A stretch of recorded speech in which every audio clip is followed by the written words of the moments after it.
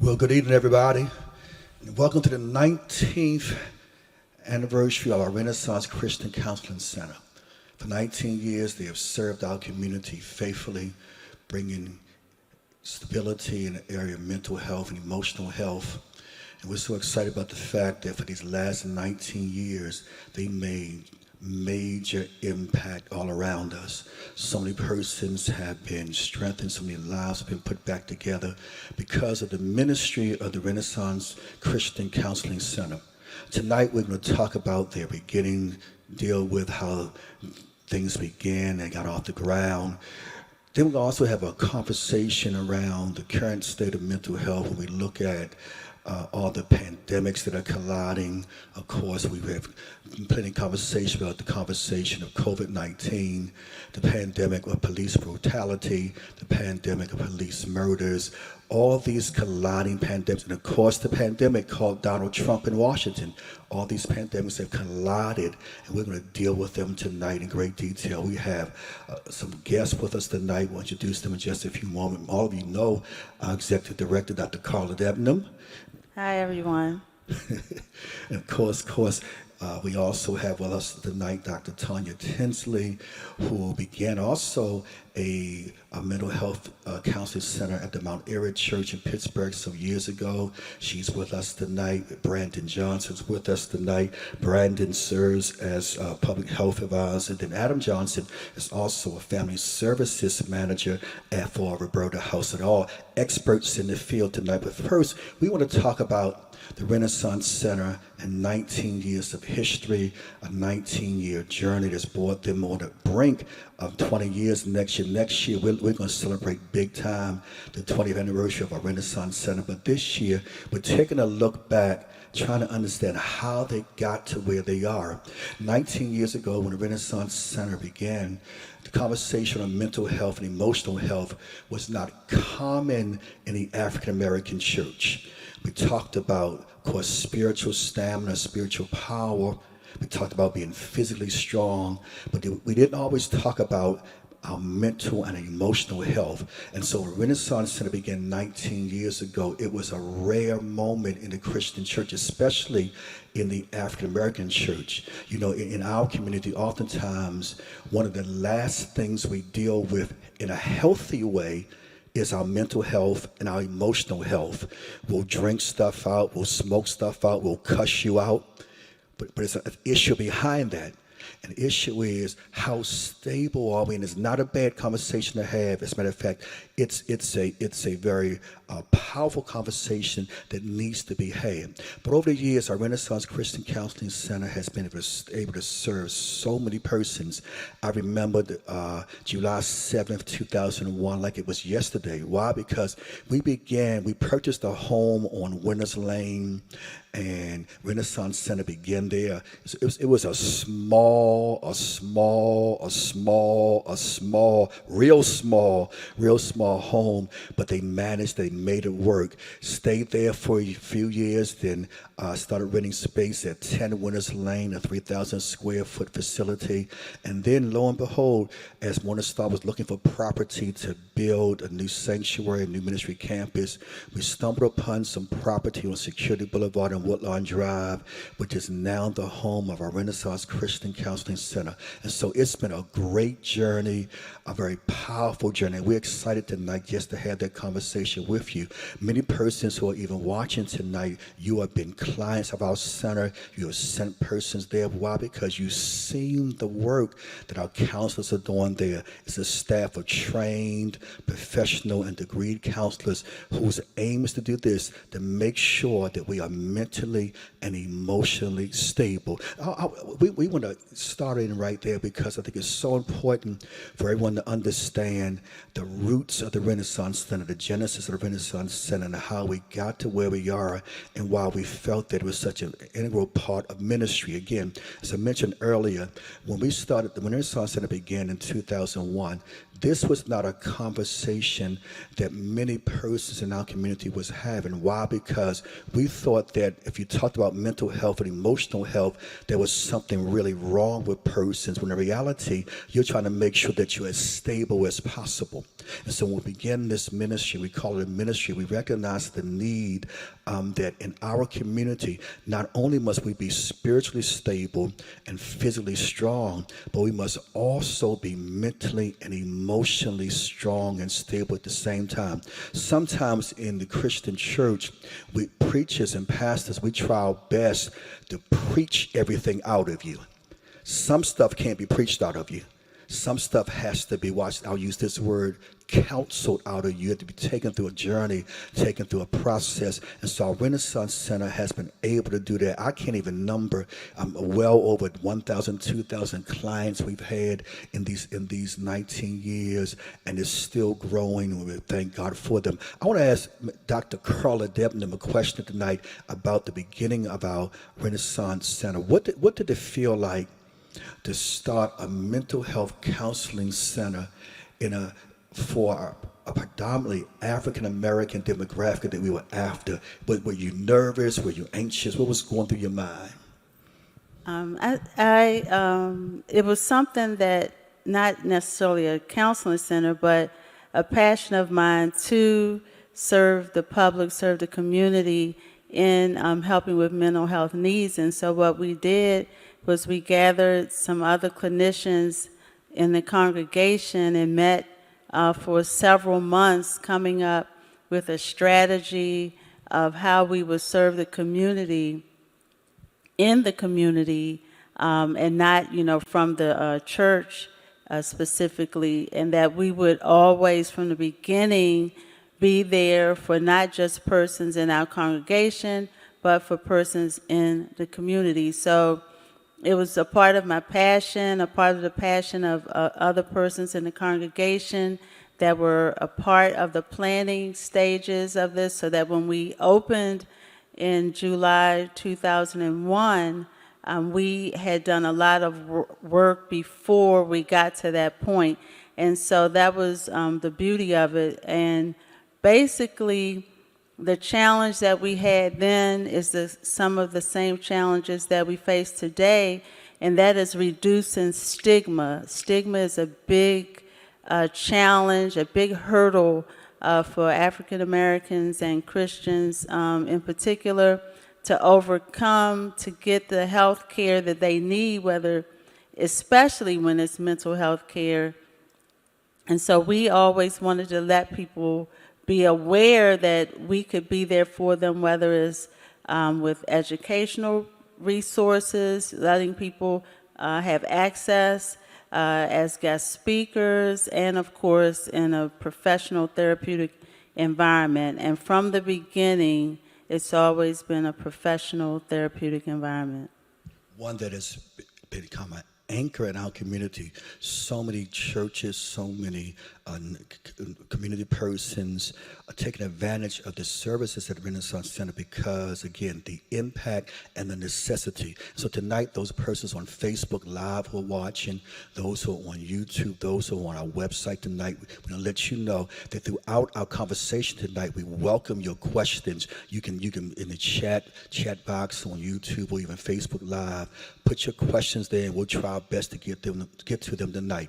Tonight is all about, number one, a celebration of our Renaissance Center, but also a deep dive into, I want to say, the state of mental health, but also some things that we have to be mindful of as we go through this season, where, again, as I mentioned earlier, these colliding pandemics. Again, the pandemic, COVID-19, we as much as we want to stop talking about it, we've got to talk about it. The pandemic of racism in our community, we've got to have the conversation. We cannot be silent on these issues. The pandemic in Washington, D.C. right now, we've got to have a conversation and mobilize to make something happen. So throughout this evening, we're going to have some conversation on these matters, these issues. Why? Because we want to raise your awareness while at the same time celebrate the work of our mental health professionals in our community. Again, mental health is an area that we've got to remove the stigma from. We've got to have conversations about it. We've got to take advantage of the opportunities.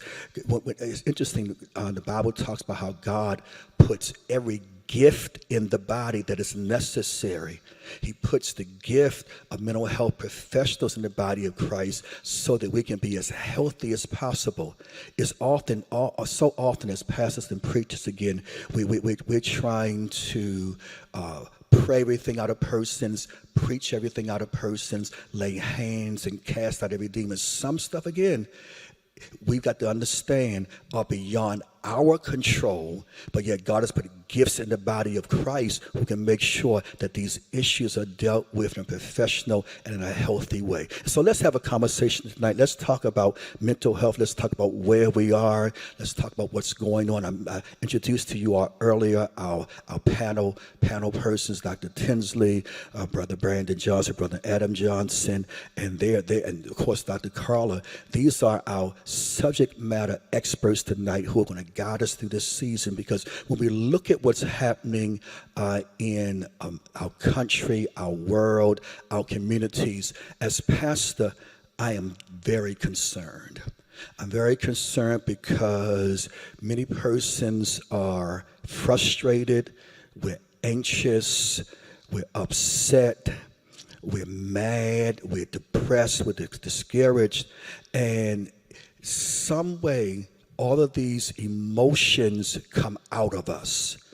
And the issue becomes, how do we make sure we're able to manage our emotions in a healthy manner? I want to begin this conversation with Dr. Tinsley. Just ask Dr. Tinsley this question because I think it's so important for us just to, again, begin a conversation. Again, if you have questions, we encourage you to put them in our chat box tonight. And also throughout the evening, we'll be sharing with you how you can reach our Renaissance Christian Counseling Center. They're located at 6665 Security Boulevard, and their phone number is 410-409-0025. We are doing teletherapy at this time, and we're still taking appointments. Give us that number one more time. 410-409-0025.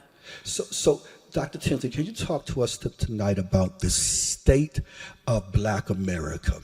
And from the mental health lens, when we look at our community, our family and our friends, what are the thoughts that come to your mind when you start looking at mental health, our emotions, and us? Thank you. Thank you so much for having me here, Bishop Debnam and Dr. Carla Debnam. When I think about the state of mental health for African Americans, I would definitely agree with Dr. Carla Debnam about the stigma. And there's such a stigma in the community for help-seeking behaviors and treatment for depression, for dealing with anxiety. And we know prior to the COVID pandemic, mental health challenges and mental illnesses were there, but the COVID pandemic has really put a high beam light on what's going on. And so we have people that are, if they've had a pre-existing mental health challenge or mental illness, it's being exacerbated. The anxiety, the trauma, the post-traumatic stress. It starts impacting people in terms of their worry, their stress level. And we know mind, body, and soul is connected. So what happens is if there's a extraordinary amount of stress in a person's body, it starts to manifest physically. So right now, the state of African Americans dealing with physical ailments. So people could be having backaches, headaches, stomach aches, and it just increases high blood pressure and diabetes. So now we're dealing with this physical health. And what's happening is people are wondering, why is this happening? And then it impacts people's memory, their concentration, and how people coped and functioned prior to COVID is now being challenged. And this is new for everyone because we've not been in a pandemic. And then you add on what's happening with police brutality, the racial injustices. Now we add a whole nother component of race-based traumatic stress, which is kind of very similar to PTSD, post-traumatic stress. So when we're talking about what's happening in our African American community, we also have to think about that in general, 1 in 5 people experience a mental health disorder. And then we have 17% of our young people ages 6 to 17 that are experiencing a mental health illness. And so then when we look at African Americans, that number is significantly high for those who have been part of studies. We also have to realize there are people who've not had formal treatment, and they're sitting in our pews, in our churches, in our community, and we are trying to bridge the gap between faith and mental health to reach them. You, some of those numbers that you just rattled off are alarming. 1 in 5, and then ages 6 to 17. Now, does that tie into it? And this is a slippery road to go down, but I think we need to deal with it because we're seeing in our community something we haven't seen before, and that is a lot of young persons committing suicide. How do we manage this? How do we address this? I mean, the numbers: 1 in 5 persons in our community experience mental health challenges, and then the ages 6 to 17 are being. I mean, this is amazing. How do we deal with this? Well, one, I think part of it is being educated and having dialogues like this, because people need to understand there is a name to what people might be feeling and experiencing, and people need to understand that there is treatment. Now, we know that for African Americans and Blacks, the first place they go is their church. And so they're going to go to church, and they're going to, or we are going to say, I just need God, we need to pray about it. But one of the things we have to do is marry that whole idea of theological and biblical foundations with psychological and emotional health. So education is really important. We also have to help people to understand that mental illness is an equal opportunity illness. It does not discriminate based on race or age or religion or denomination. So we can generalize that national number 1 in 5, and whatever community we're in, we can say 1 in 5 that has been diagnosed. We also have to know that that number could actually be increased because there are people who are sitting there in those pews, in those community centers that have not had formal treatment. So we have to educate. We can't expect people to come to us. We have to go out into the community, and we have to bridge that gap and really help people to know we'll meet you where you are. Because when it really comes to mental health and actually physical health in the African American community, we know that there is racial disparities. And so there is a cultural mistrust. So we also need people to see people that look like us, that are in this profession, that says it is okay and it's safe to come to counseling. Now, Brandon, you and Adam are, I guess, rare in this field. Black men in the field. Brandon, you're dealing with the public health. Adam, you deal with family services. What are you all seeing at this time? Yeah, so one of the things that we're seeing a lot of is that we are seeing a lot of challenges with our Black youth. Like we get a lot of data and anecdotal data about what they are experiencing. And so one of the things that we've seen so far is that there have been increases in suicidal ideation among our youth, and especially those who were anticipating life transitions. So we're talking about those going from middle to high, from high to college. That's been changed. It's so upside down, and there's still so much uncertainty that people who are planning to go onto college campuses don't know if their campus is going to be open. And so this is, really hit them, the change and not being able to have that social support and see their friends as being a challenge. And it also has caused us to look at our younger children, like as Dr. Tinsley alluded to. We've seen suicide rates double in the past 15 to 16 years now of our Black youth, especially Black males, between the ages of 5 and 12. And so what we're trying to do is to try to look at the data, as much data as we can get right now with schools being closed, and just to monitor this and to make sure that our youth are doing okay. We also have been looking at crisis text line data, which has been showing dramatic increases from Black texters, especially those in adolescence from like 13 to around 18, who've been texting in disproportionately about losing family members to COVID, their parents losing jobs to COVID, and texting words like protest, racism, and discrimination. And so we're really like looking at our youth right now and looking at our adolescents and trying to help them adapt to a changing environment where it's impacting the parents. The parents are trying to adjust, and the youth are trying to adjust at the same time. And many of our adults are struggling. So our youth don't necessarily have the words or the experience to try to make sense of all of this right now. And Adam, you want to add to that? Yes, one of the things is that things are coming from so many different aspects. So like one of the things with COVID is that there are people who are losing their jobs. So a lot of people's main focus has been, I need to figure out how to feed my family. How am I going to provide for my family? And a lot of that comes from the head of households like moms and dads. And so you always have to keep up that demeanor of, I'm the provider, a lot of times I'm the sole provider. And so oftentimes what you'll see is that I had to keep this up. Like I can't break for the children. I can't break for my spouse. I can't break in front of my peers because it's that stigma that we're always strong 24/7. But a lot of times, even at work, when I talk to parents and different people in the African-American community, they're vulnerable in that moment. They're just like, I'm drained at this point. I'm just frustrated at this point. So a lot of that is just, a lot of what my job is just to try to keep people encouraged and talk about them reaching out for our services is a sign of strength. And just to kind of like, don't look at it, if you're weak right now, you're vulnerable.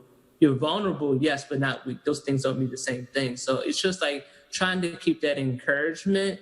And another thing is with the police brutality thing is that this generation now kind of grew up with it. Like my generation really didn't. It was there, but we couldn't see it. Like Rodney King happened in '92. I was too young to remember that.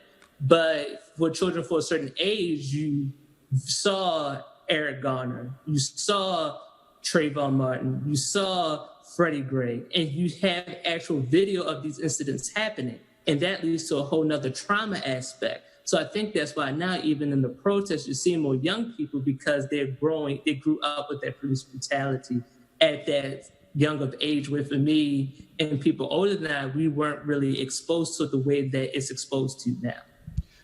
There's so many questions coming in. I want to get to them, but I want to put a couple things on the table because as pastor of an African-American church, predominantly African-American church, it concerns me.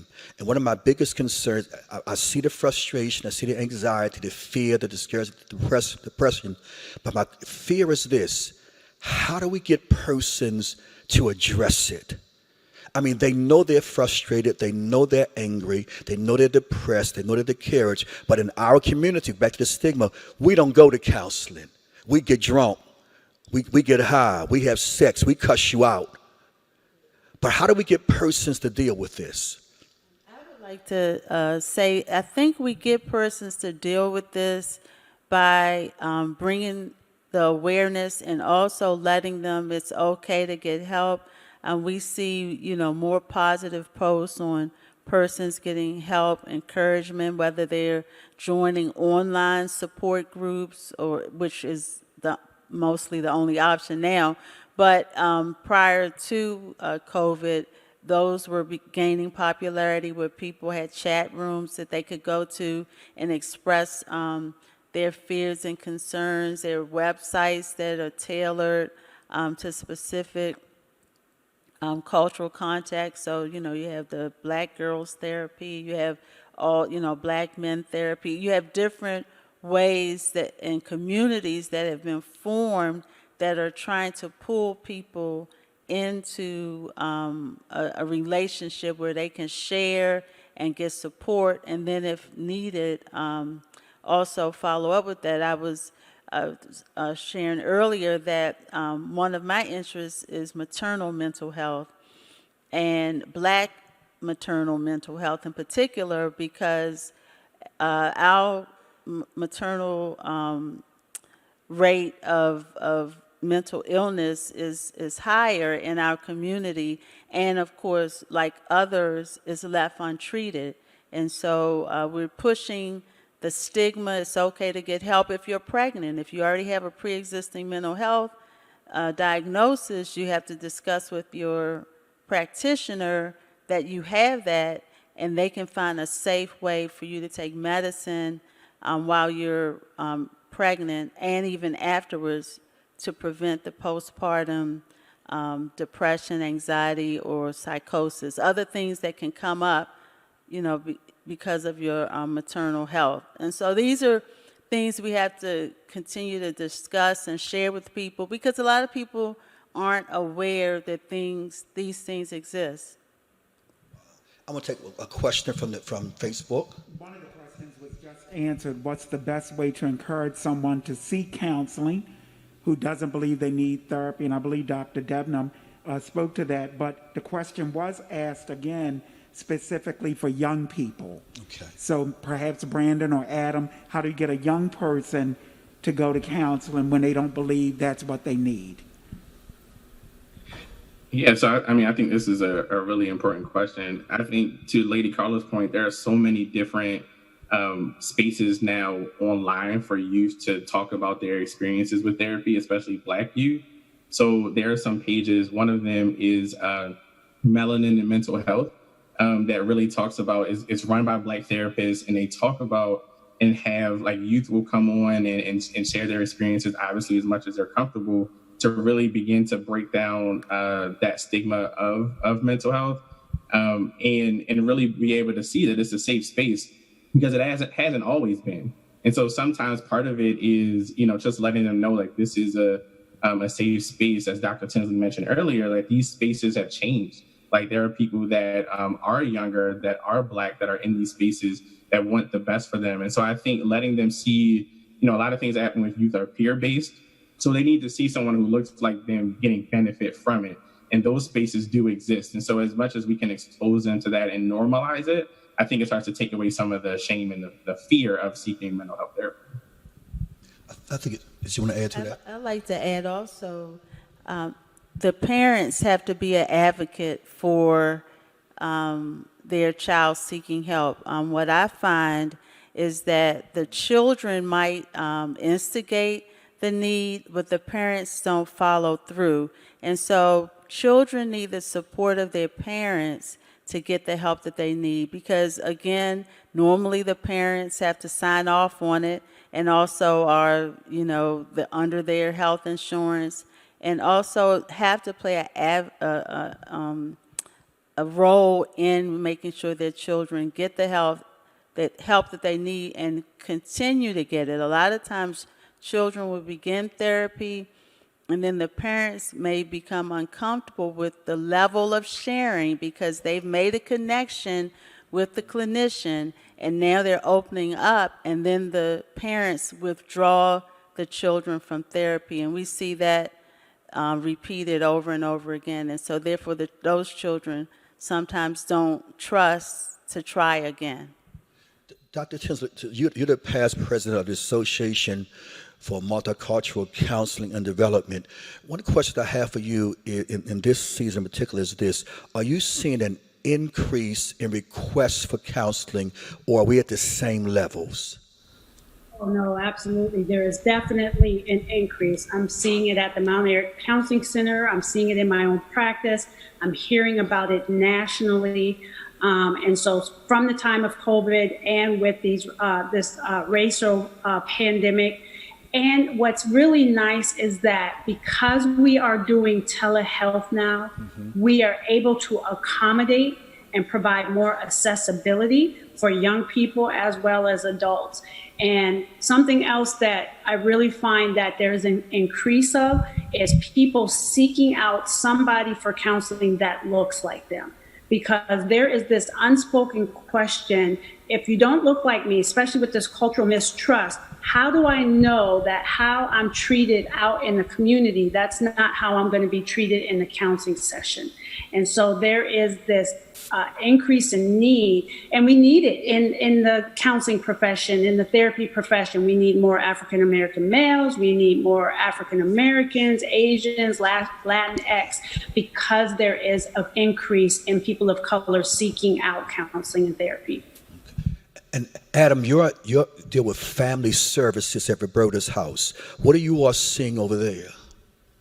What we're seeing over here is a lot of a lot of families, like I said, going through multiple things at once. So you have families who've had losses but weren't able to be with that family member. Wow. They weren't able to have those traditional funeral services. The viewings are different. They can't be at the burial. So a lot of the things that people were used to, they aren't able to do anymore. So a lot of families are calling and saying, I didn't have closure, or I'm not having that closure because I didn't have those traditional rituals, those cultural rituals that we would typically have due to the COVID. So it's a lot of just families grieving. It adds more to the grief. So a lot of times now you're just hearing just a different aspect added onto a family that's already going through so much. And then in addition to that, then we have also working with people who were in groups that were essential workers who really looked for our services but couldn't participate because they work in hospitals, they work in supermarkets and things like that. And so then they kind of have to look for other individual services to deal with that because they're being exposed to so much. So it's a lot of layers to it of what we're seeing. Dr. Tinsley mentioned this a few moments ago, and I know we do it at the Renaissance Center. Again, we had 6665 Security Boulevard. We encourage you to reach out. But before the pandemic, most counseling services or centers had in-person sessions, and persons would shy away from because they didn't want to see anybody going into their session. But now with telehealth, it becomes, I guess, more easy, more comfortable. Can you describe, Dr. Carla, what a telehealth service feels like, looks like for persons who just want to know? Yes, it's still a normal intake process. So you would do your paperwork online, or we'll sent to you. You fill it out, scan it back. So all of those normal processes take place before therapy begins.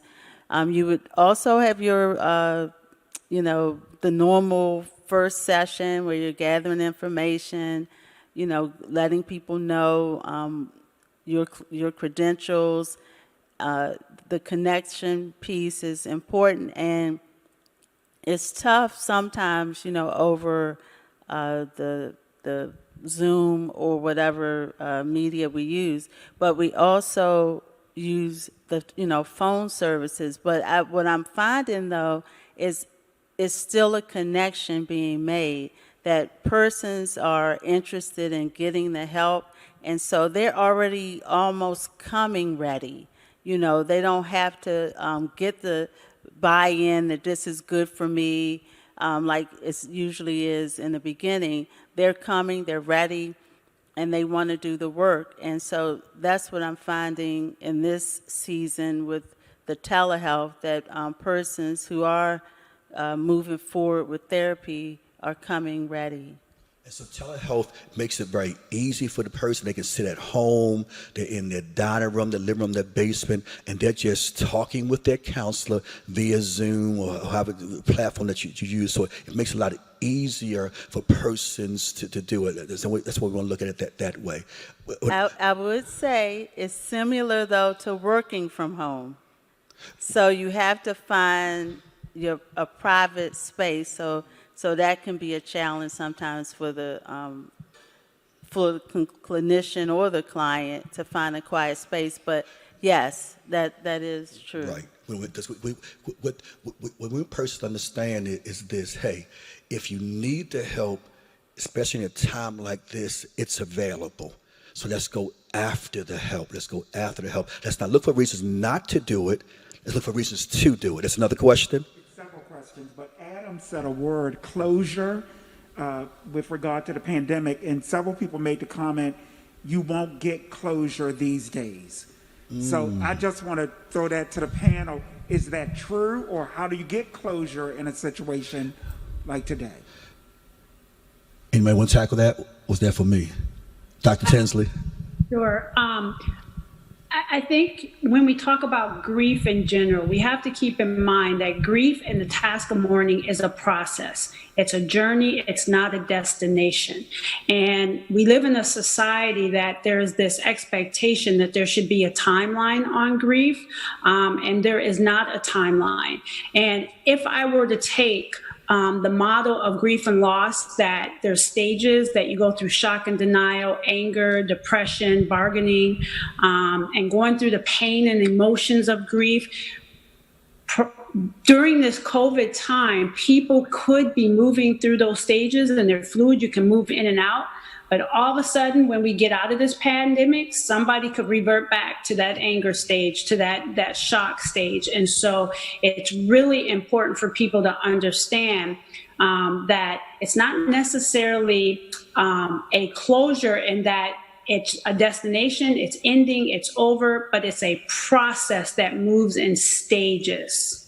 I think that's one of the biggest misnomers persons make. They think that it can be over overnight. It's a journey. It's all, to heal. There's always a wound. There's a scab. There's the fall of some point. But even if the scab falls off, sometimes there's still a scar. And so persons have to always understand it's a journey to healing. And so we want persons to understand that it's a tough season to grieve in, but there's a way to get through, and you got to make a choice. I'm gonna take another question. Somebody said in their generation, you were told what happens in your home stays in your home, and they can't get past, persons can't get past that. Do you think that's a hindrance? I think it's a major hindrance. You want to take that one? Yeah, I think that's a major hindrance. Family secrets, especially in the African American community, has hurt us. That's why we have so much unresolved, untreated trauma, is due to family secrets. And these family secrets have also been passed from generation to generation. And now some of them are finally, have the courage and strength to share and to try to get some resolution to it. But that is something that was passed down from generation to generation. But again, all we've done is pass down the burden onto the next person, and they're not getting the help that they need. The term we use it from the pulpit is generational curses. They continue for years and years because nobody wants to talk about it. But one of the things I know as pastor is you may think it stays in the home, but somehow it always, watch this, grows beyond the home. In your next relationship, in relationships with persons on your job, in your neighborhood, somehow what's happening in the home is going to be seeded into what's in the rest of your life. And so we've got to deal with these things that have become curses for years. Dr. Tinsley, that's a term that you used earlier that I've got to dive into. And you said, you used this term, race-based traumatic stress. Can you talk about that? Absolutely. And so to talk about it, let's first really kind of talk about what trauma is. Trauma is when a person is overwhelmed by events or circumstances, and they can respond with fear, they can respond with horror, helplessness, they can have dreams or flashbacks, and it can come from abuse, it can come from witnessing violence, it can come from this COVID, it can come from this racial pandemic. So when we talk about race-based traumatic stress now, we're talking about trauma that stems from microaggressions, where somebody is experiencing reactions to racism, racial discrimination, racial encounters, and it can be directly or indirectly in watching it on TV or being in the presence. And it results in some of those things, Bishop, that you talked about: depression, the anger, avoidance or numbing. It could cause somebody to be very aroused, and it just starts to manifest in a person's body. And what Dr. Carla Debnam was talking about, that trauma, I think really it's important to understand trauma when it's passed down from generations to generations. we have had a history of just suppressing that and suppressing that trauma. And what happens is when you suppress it, it starts impacting physical health. And I want you to think about trauma kind of like a Pepsi bottle.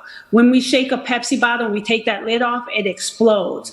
Oftentimes people will ask, what's wrong with that person? And instead of asking what's wrong with that person, what happened to them for them to behave the way that they are behaving? And when I think about children that can experience this race-based trauma or any type of trauma all the way up to adulthood, we make this assumption that people can communicate their emotions and what they're feeling. And we make this assumption that children can communicate. When children are experiencing trauma, it comes out in their behavior. And so we have to understand that people's Pepsi bottle will explode in different ways. And it can come from this race-based traumatic stress. It can come from the COVID experience or any type of traumatic event. Wow. And Brandon, I know you've been dealing with this for quite some time also. Did you want to add on to that? Yeah, I think Dr. Tinsley outlined it really, really well. We all have what's called like an allostatic load. Like we all have as much like as we can take. And so like that is like the wear and tear that happens on the body. And what happens over time, especially for Black people, is that we experience what's called weathering. So like we get so much put on us like over and over again from all of these different angles, like looking at microaggressions like in the workplace, dealing with like maybe not being able to get a loan because of issues with like, there's still like redlining practices that still take place, even though it's been outlawed. So you have issues there and then taking place of, dealing with your kids and things. And so these things add up. And so without an outlet for us to be able to talk about these things and to get these things off, it will show up, as Dr. Tinsley said, in our physical health. And it's really important for our kids to have that outlet too. Really recently, my wife found there was an IG page, an Instagram page, where people, most of them adults, got a chance to talk about racist experiences that they experienced at private schools here in the Baltimore area. And it was really, really heavy stuff. I mean, things that they had experienced when they were in elementary school that they knew they couldn't quite put the words to it, but they knew that it had impact on them. And that's something that they carry. And so without that outlet, these are adults that were talking about how they were still processing, these race-based events that they experienced in elementary school and in middle school. So it's really important for us to check in with our kids and give them the space for them to communicate that stuff to us without judgment from us, with us just being able to listen, because they experience these things too. It may look different from what we experience, but they're experiencing this too. So race-based trauma, as Dr. Tinsley said, it doesn't have an age range on it. So I want to stay there for a second, because I was talking to some of the children of the church a few weeks ago, and they raised some interesting questions. And my question I want you all to dive into tonight is this: how does a parent pull that out of their child when they're not necessarily experts in this? What should a parent do? I would say just continuous conversation, right? So like if you build a rapport in an open space over time, at a certain point, if a youth feels like, or a young person feels like this is something that's bothering me for too long, they know it's a safe space. Like for a parent, like don't get discouraged with the one-word answers of like, how was school today? And you're like, fine. How are you doing? Okay. That is fine. That is all right to get from a child. There's no need to get frustrated with that. I think as parents, we're just like, I know something else happened today. Like, give me more than that. But just giving them the opportunity to know, like, this is a safe space whenever you need it. If today isn't the day, then fine. It may be months from now. It may be years from now. But you know that when you get something that's too heavy, that this area that we created is a safe space for you to get support non-judgmentally. I want to go back to something the way we began, because we're depending on who's counting, we're about 7 months into this pandemic.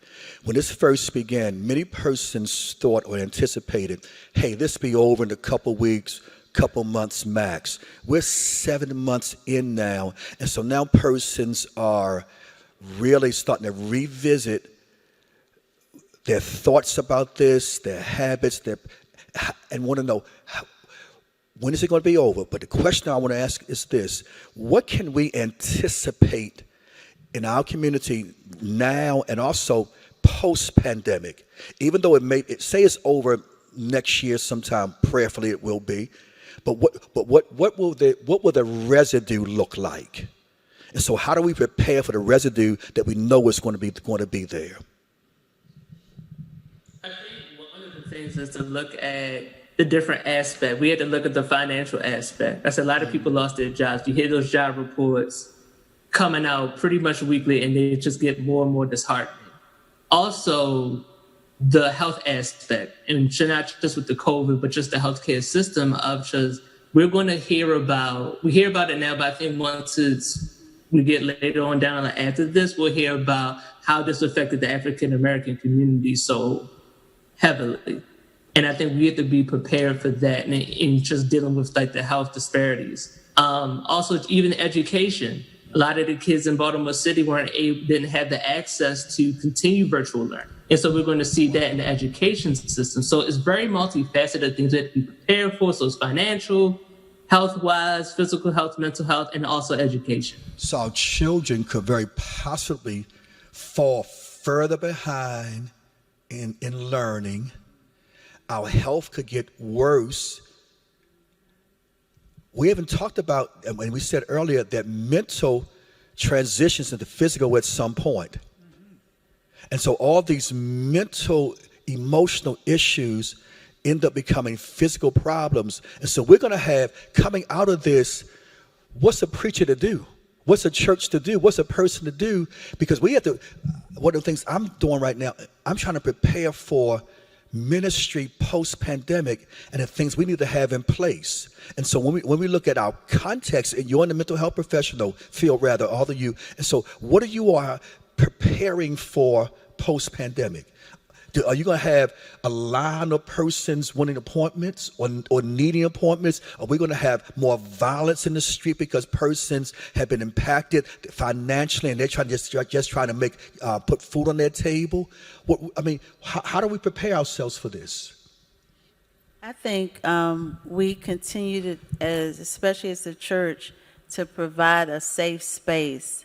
That's what people need. I was on a webinar last night, and we were just talking about creating a community where people can have these tough conversations and know that it's safe and that we can be encouraged and also find resolutions. So a lot of times in the discussions that we're having with people, we can come up with solutions and ways to manage our health, ways to be positive, ways to get through it. But because we're keeping it to ourselves, we're thinking we're not having that hope. So I think creating more safe spaces and just continuing to put out there that people care, that there's help available, that there are different ways to get help, and we just want you to get the help that's best for you in the way that's best for you. And that's what we have to just keep, I think, putting it out there. Now, here's a word that's used often. It's used in education, it's used in jobs, the word access. Do we have access to what we need? I know the Renaissance Center's there. Let me give you that number one more time. 410-409-0025. So, because someone talk about access. Do we have the access that we need?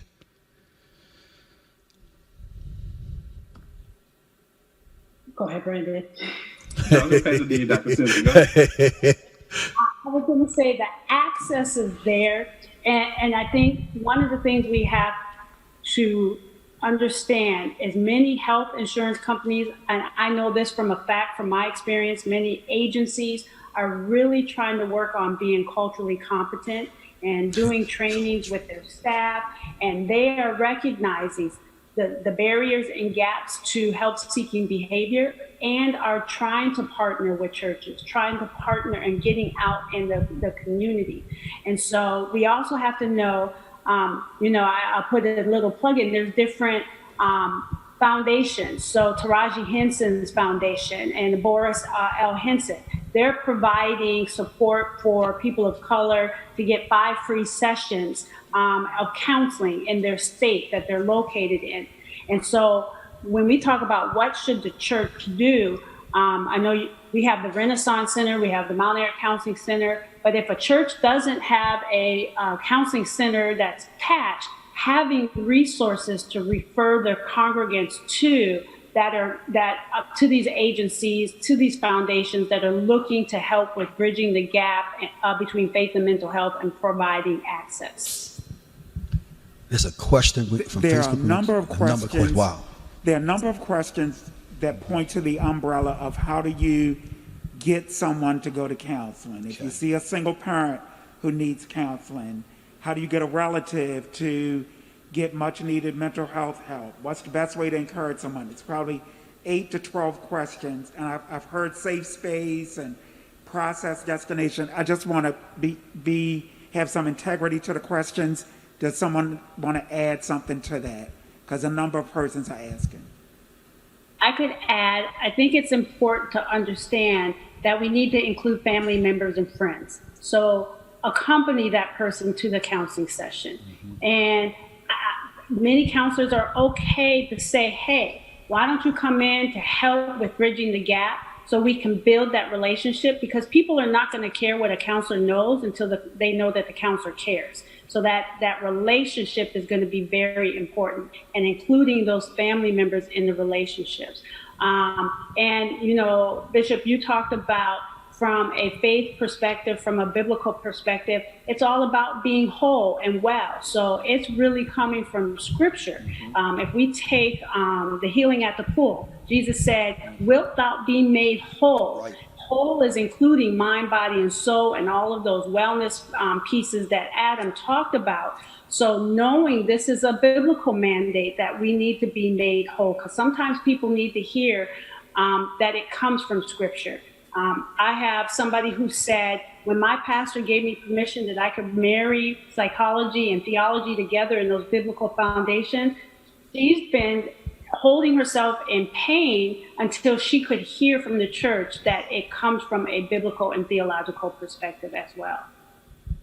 So did you want to add? Yeah, I want to add too, another way we could get persons into the counseling room is maybe offer to pay for the services for the individual. So we can bring them, we can help support them by paying or giving them the research to find out the ways that they can pay or how their insurance works, because a lot of times people don't realize that they have these healthcare benefits that they're not using, and so or that they could use different areas, services that are pro bono. So I think, you know, you do it from a care and compassion standpoint, not you need help. You know, it's the way we say it, and we could just plant the seed over time. Because remember, we're pulling down stigma and access. And so if you continue to work on those with your loved ones, at some point, you know, they may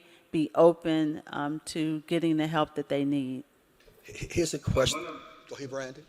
I'm sorry. I just wanted to say one other thing, too, just in case, you know, if somebody is experiencing a crisis and may not be able to get into a crisis center immediately. There's a couple of things to be able to give to people. You know, if you know someone who's struggling, they can put it in their phone, and then when they're ready, they can reach out. There's a National Suicide Prevention Lifeline, and you do not need to be in suicidal crisis to call them. You can just be upset, going through something, and need somebody to talk to. Their number is 1-800-273-TALK.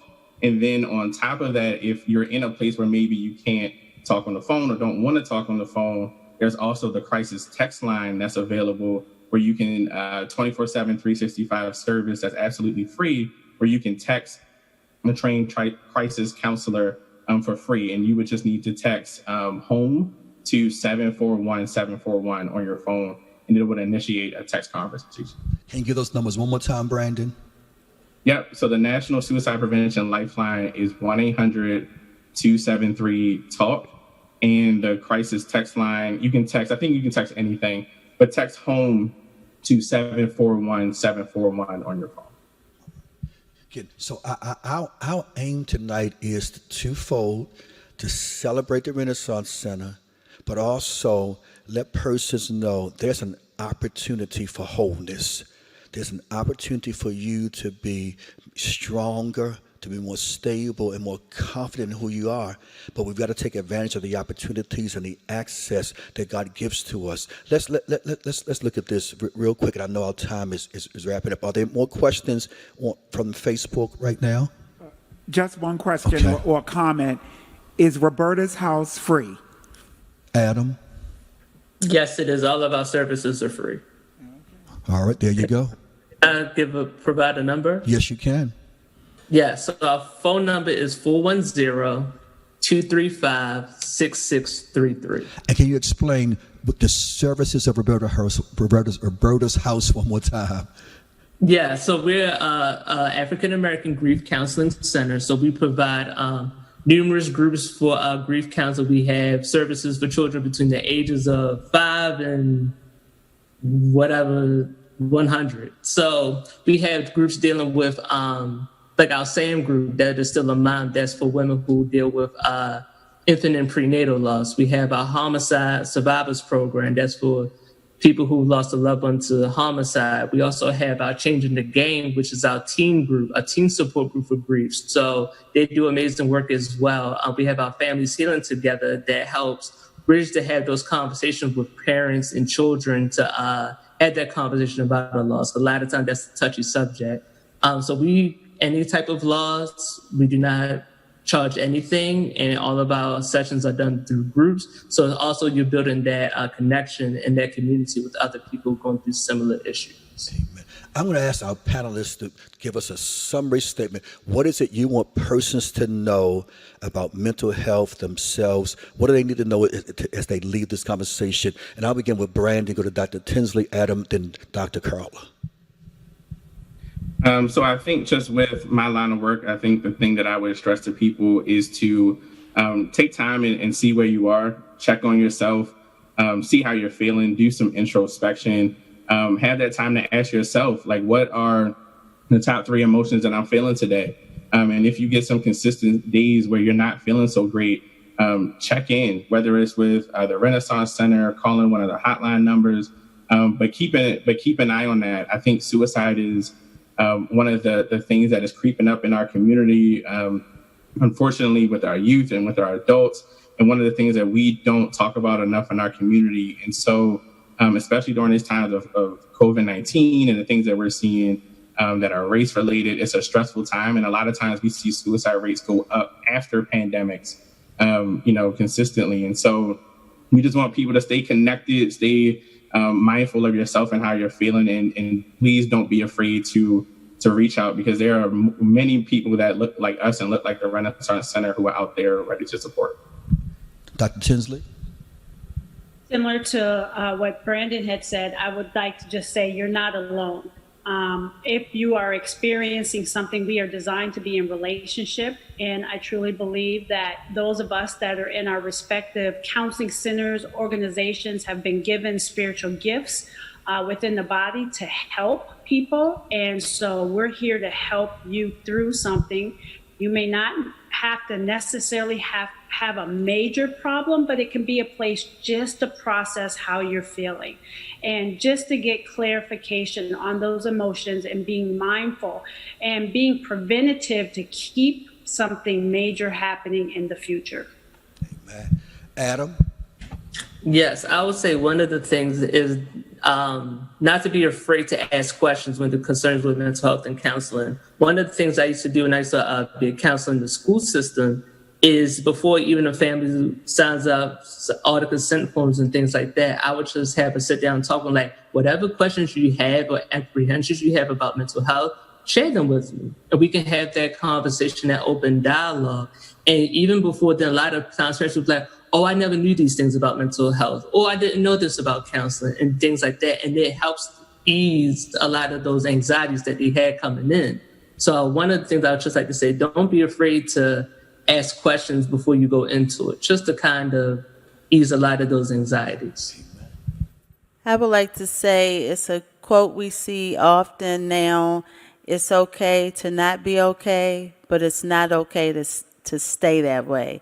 And sometimes we're staying in emotional pain when we don't have to, when there is a support system, when there are people who you could reach out to who care about you. And you, like Dr. Tinsley said, you may not need, you may not have a mental illness, but you just might be in a space where you need extra support. And it's okay to get help for those things too. The myths that we have carried so long in our community, the strong black man, the strong black woman, the children get up and cry, you don't hurt, things don't hurt, sticks and stones.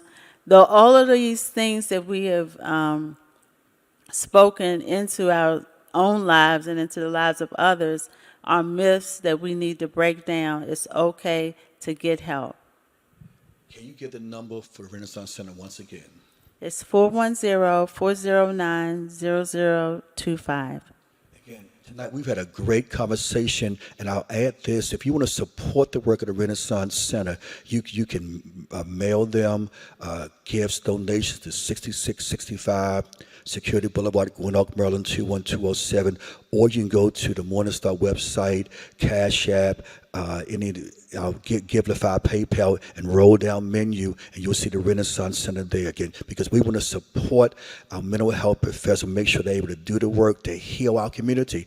We're in a tough season, and one of the ways we're going to get through, yes, we're going to pray through, yes, we're going to preach you through, but we're also going to have conversations with you to make sure that mentally and emotionally you are healthy. Thank you all tonight who have been watching on our panelists, Dr. Tinsley, Brother Adam Johnson, Brandon Johnson, of course, our Executive Director, Dr. Carla Debnam. Thank you all so much for sharing with us tonight. And then thank all those persons, we thank all those persons who've been watching on Facebook, on YouTube, on our website. Thank you for listening tonight. And our prayer for you is this, that you take advantage of the opportunity to make sure that you are as strong and as stable as you can be. God bless you all. Take care of yourself. Looking forward to seeing you real soon. Take care. Thanks, everyone.